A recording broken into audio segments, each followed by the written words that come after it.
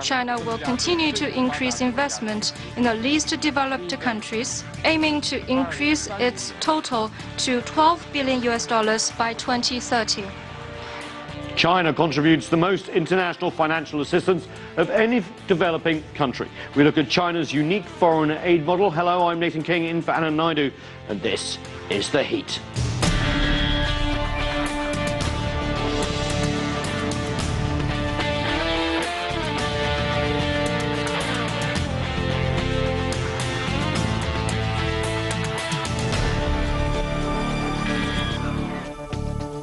At a time when Western countries contract and shrink foreign aid funding, China expands its foreign assistance. It's the developing country that gives the most, and from 2010 to 2012, China provided foreign aid to 121 countries. China's foreign aid model focuses on South-South Cooperation, or countries in the global south, providing funds to other developing countries. China also focuses on bilateral aid and infrastructure investment, as seen in its Asian Infrastructure Investment Bank. China will establish an assistance fund for SouthSouth Cooperation with an initial pledge of $2 billion in support of developing countries' implementation of the post-2015 development agenda. As the international community focuses on the United Nations Sustainable Development Goals, China is committing itself to sustainable development internationally through investment. While China's foreign financial assistance crosses the globe, almost half of it ends up in African countries. No matter how rapidly the international and regional landscapes change, African countries have remained the most faithful brothers of China, and China has been and remains one of Africa's most reliable partners. In recent years, we have held fast to solutions with Chinese characteristics and actively participated in Africa's peace and stability, gaining recognition and appreciation.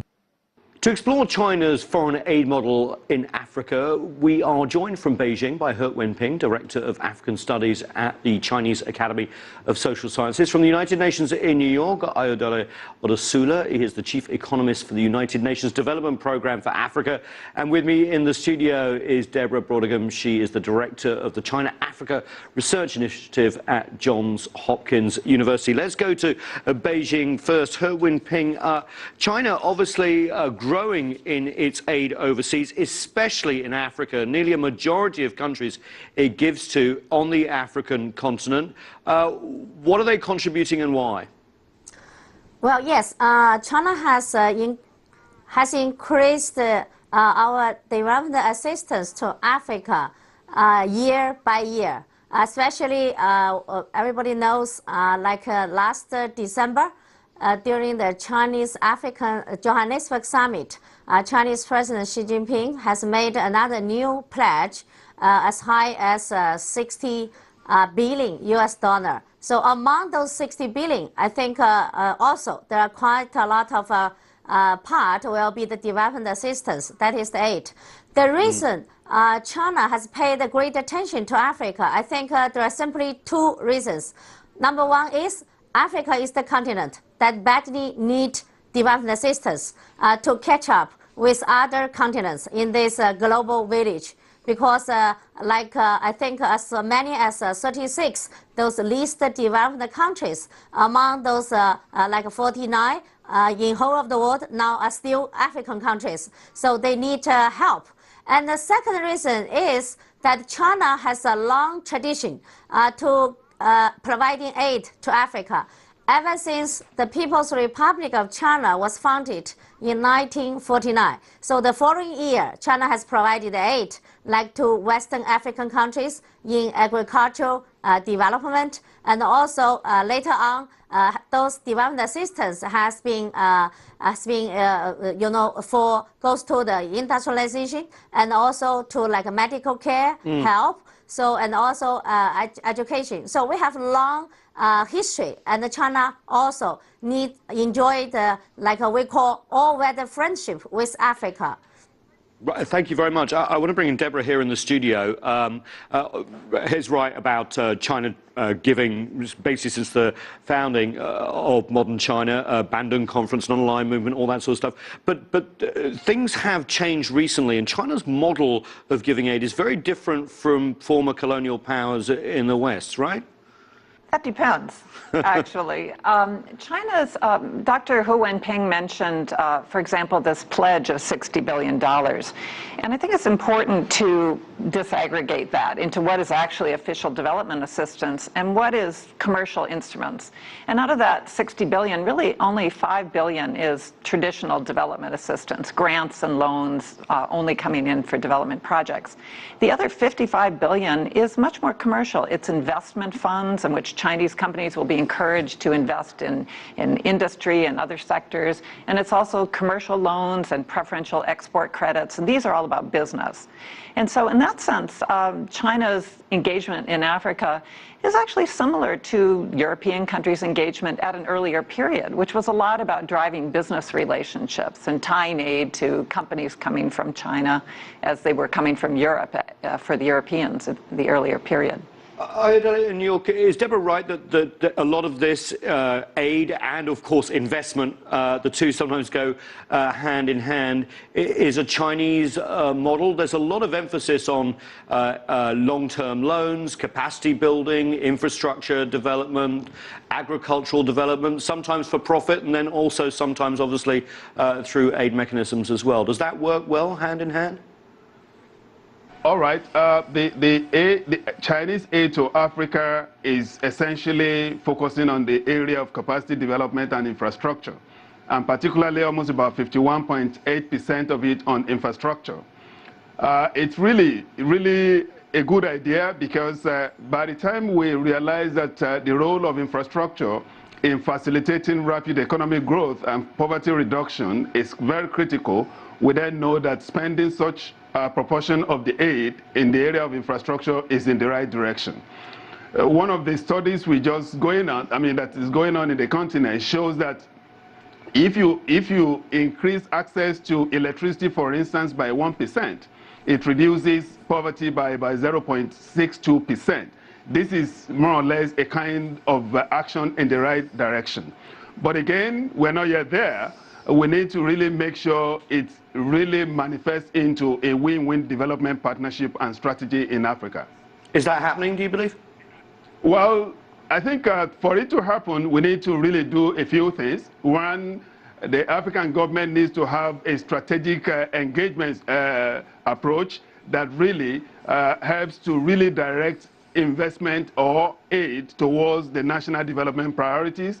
And at the same time, they really need to put in place some kind of strategy that really diversify some of the Chinese engagement away from the extractive sector into the other sectors of the economy that drive economic growth and development simultaneously. Dr. Hu Wenping in Beijing, of course, China is the biggest contributor in aid of developing countries. It's worth noting China is still a developing country in some sense. Does the China development model, is that exportable, considering China's rapid rise? China's development model, I think, is still in the process of development by ourselves. China's model, there are many different kind of explanations. For example, I think, to my understanding, the key element is to have a gradual reform, like to the try and error. So for Africa, recent years I traveled to many African countries. Yes, the fact is there is an increasing understanding that is called looking east policy, to see why the China and other emerging countries in the Asian countries, they can develop so fast during such a short time. So they want to take those references of China's model, such as to develop those economic and trade industrial zone, and also how to develop infrastructure first to lay the foundation for the economic takeoff, and also like how to develop the township industry and to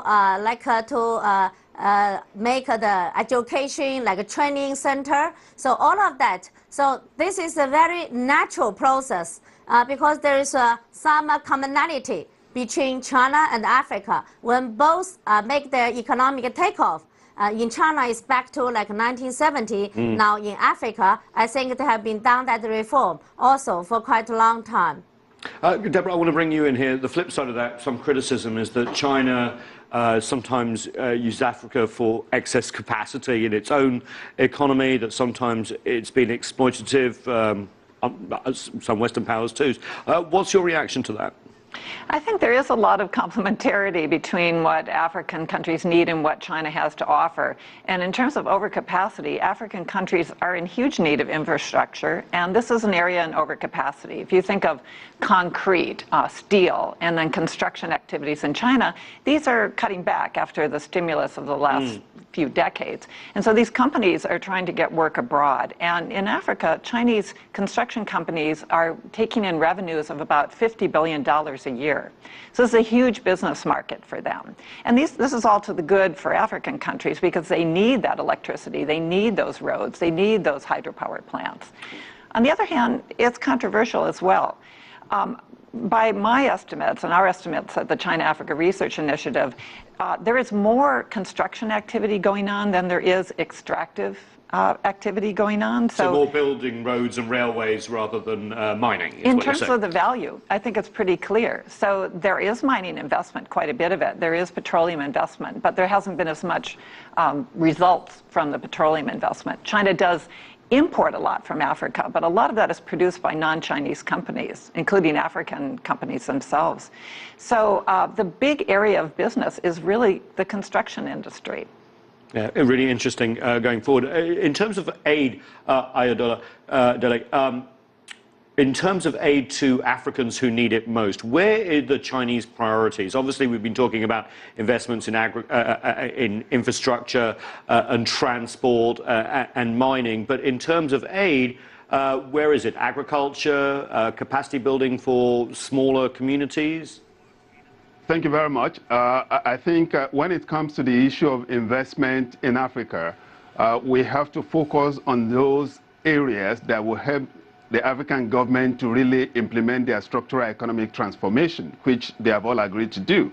The first thing is we have to focus attention on increasing the agricultural productivity because that is where majority of the poor people in Africa live. Once we are able to enhance the income coming from that particular sector and the productivity, definitely we'll be able to dent inequality, poverty to a large extent. And again, we have to develop a kind of vocational skill. I know China has been focusing attention on that, but we need more effort in developing what we call the skill content of the youths so that they will be able to really transform the manufacturing sector as more or less moving away from the traditional sector into modern sector in a way that will generate employment, then that will deepen technology transfer, which we have not really seen for quite a while. Essentially, in the area of construction, which Chinese is really doing, some of the feedback we are getting from countries shows that there seems to be some kind of crowding out effect, meaning that some of the jobs that can be done by the nationals that have been done by the companies, Chinese, which they think is really edging them out of their skill and their jobs. This is an area which I think we need to really look into in making sure that it's a win-win situation whereby it enhances the absorption of the excess capacity in China, but also in generating decent jobs and employment opportunities for the African youth. Yeah, a balance is needed. Ayodeji Edesula, thank you so much for joining us from New York, and Deborah also here in the studio. We are going to take a break, but coming up, we look beyond Africa and explore China's South-South Cooperation model. How does it help countries in Latin America and Asia and beyond? Stay with us. You're watching The Heat.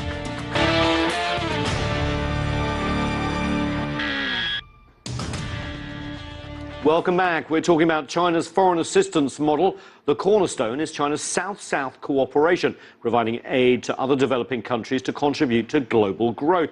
Still with me from Beijing is He Wenping, Director of African Studies at the Chinese Academy of Social Sciences. And joining us for this part of the show from the United Nations is Jorge Chiriek. He is the Director of the United Nations Office for South-South Cooperation. And from Geneva, Martin Kaur is the Executive Director of the South Centre. Thanks so much for joining us all. Let's start with Beijing. He Wenping, back in 2015, President Xi Jinping of China announced to the UN General Assembly a $2 billion contribution to this South-South mechanism. First of all, what is it and how's it going to be spent?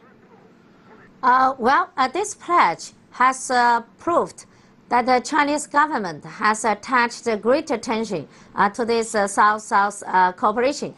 Even half a year ago, I joined a launching ceremony in the Chinese Academy of Foreign Studies. They have established the South-South Research Center. So this also offered as a think tank for this South-South cooperation career. So I think the reason that China attached such a great attention to South-South cooperation is simply because China itself is the biggest developing country. It's a South country, even though now we have becoming the second biggest economy in the world, but by per capita GDP, China is still ranks, I think is very low in all of the country list. So we are the South country, that's for sure, but we have achieved a lot for this general GDP development. So we have lots of experience can be shared with other developing South countries. So those experience, I think, is quite rich and also quite relevant. And now with this new initiative called One Belt, One Road, now Chinese government want to put those a lot of thoughts into action.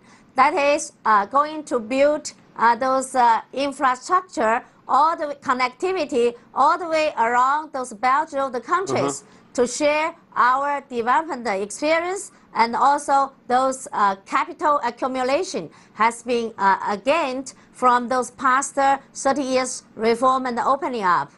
Martin Kaur in Geneva, I want to come to you next because you've said China's South-South Fund is a game changer globally. What do you mean by that? Well, we have two types of South-South cooperation, really. One is North-South cooperation, by which we mean the developed countries that had pledged to give 0.7% of their GNP to developing countries, mainly because they are richer, they have more money, and secondly because of the colonial experience. They recognize that developing countries were colonies and they have to be helped out in their independence period. So it's a kind of obligation by the rich countries to help the poor countries. Now, the other type of cooperation is South-South cooperation. And this is where the role of China comes in. South-South cooperation is not based on obligation, but it is based on solidarity between developing countries and mutual respect and also mutual benefit. It's not that I have to help you, but that I want to help you in order to express my solidarity. So when President Xi Jinping in United States last year announced the two funds, by the way, one is the development fund of $2 billion, the other is the climate fund, South-South climate fund of $3.1 billion. These are very big amounts compared to a few million or hundreds of millions. So why are they a game changer? Setting up two institutions. It's a game changer, one, because a country like China is setting up two new institutions, two new funds. And secondly, to be very frank, the quantity is large. This is not just a $30 million fund. These are huge quantities, which in a way rival the developed countries. Even though China is not obliged to do it, China is going to give funds equivalent to what the United States or Europe or something are giving to the developing countries. So it is a game changer in that South-South cooperation can now complement, which is what we are saying. It should not replace, it should complement. But in the case of China, it could even match what the developed countries are providing to developing countries. Jorge of the United Nations, obviously you live and breathe the South-South agenda. Just address what we've just heard. Is it China's massive financial contribution over the last few years that is helping South-South integration, or is it Chinese development model as well, considering, of course, it still is a developing country when you consider a gross national product per person?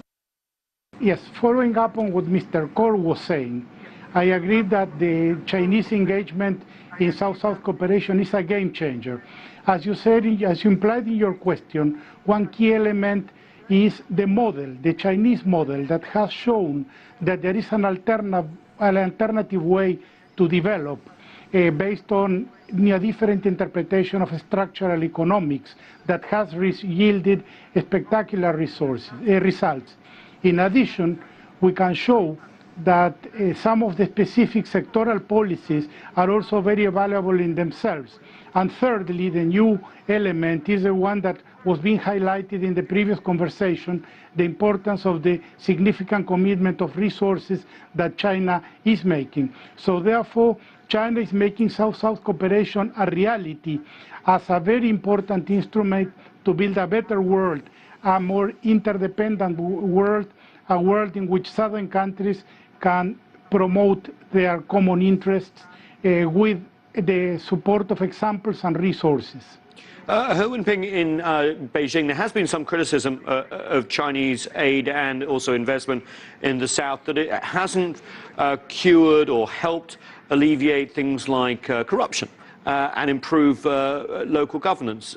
Is Beijing mindful of that as it continues to develop its aid policies?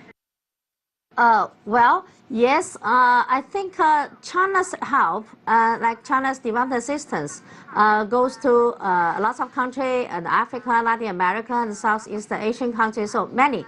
Yes, I have heard some criticism goes to China's aid modality, and even some criticism saying this is not good for improving like democracy or human rights in some recipient countries.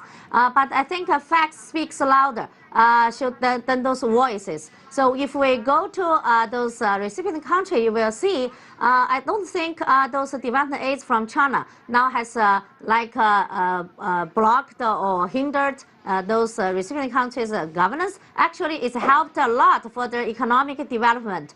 Economic development actually can serve as a very strong basis for their democracy. So without good economic performance, those democratic development itself cannot hold water at all. So you can see many countries, particularly in Africa, so when they have election, pre-election, during the election, even after election, some of them often goes with hand in hand with chaos. So a lot of fighting. Why is that? Because those limited resources, those very poor economic development somehow has hindered those democratic development. So I don't see any conflict between China's development assistance with Western countries' development assistance to some certain same recipient countries. Actually, it can play hand in hand and complemented with each other.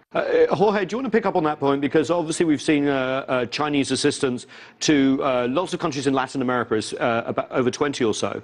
But we have seen political instability in Venezuela recently, and also regional superpower Brazil. Can foreign assistance and investment bring political stability? But this is also a domestic concern as well, right?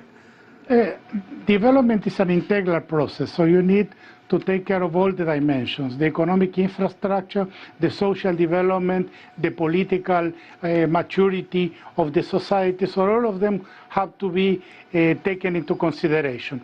And different ways of international collaboration can address the different aspects of this whole development dimension. In the context of the Chinese collaboration with Latin America, it has really been a game changer. Trade between Latin America and China grew by almost a factor of 25 between the beginning of this century and 2015. China has become the largest market for South American products as of last year.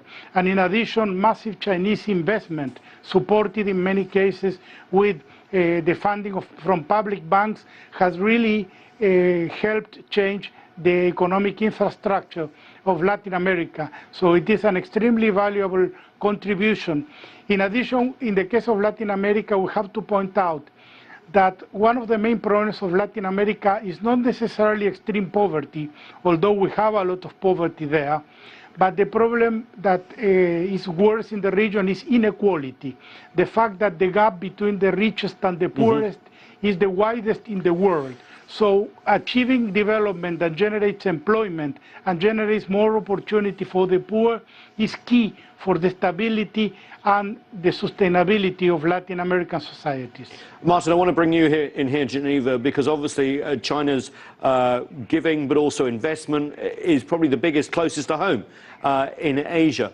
Obviously, we've seen a lot of investment with the Asia Infrastructure Investment Bank and also the One Belt, One Road initiative. How is that helping development of Asia, especially Southeast Asia as well? Well, I think financing of infrastructure and financing of manufacturing jobs, financing of agriculture is very critical to development, and the South-South Cooperation in terms of trade, that is buying products from others, in terms of investing in new projects, which is now happening in many parts of Asia from China, and also the promotion of infrastructure development, not only through the Asia Infrastructure Investment Bank, but also through the One Belt, One Road program, which has got many countries very excited.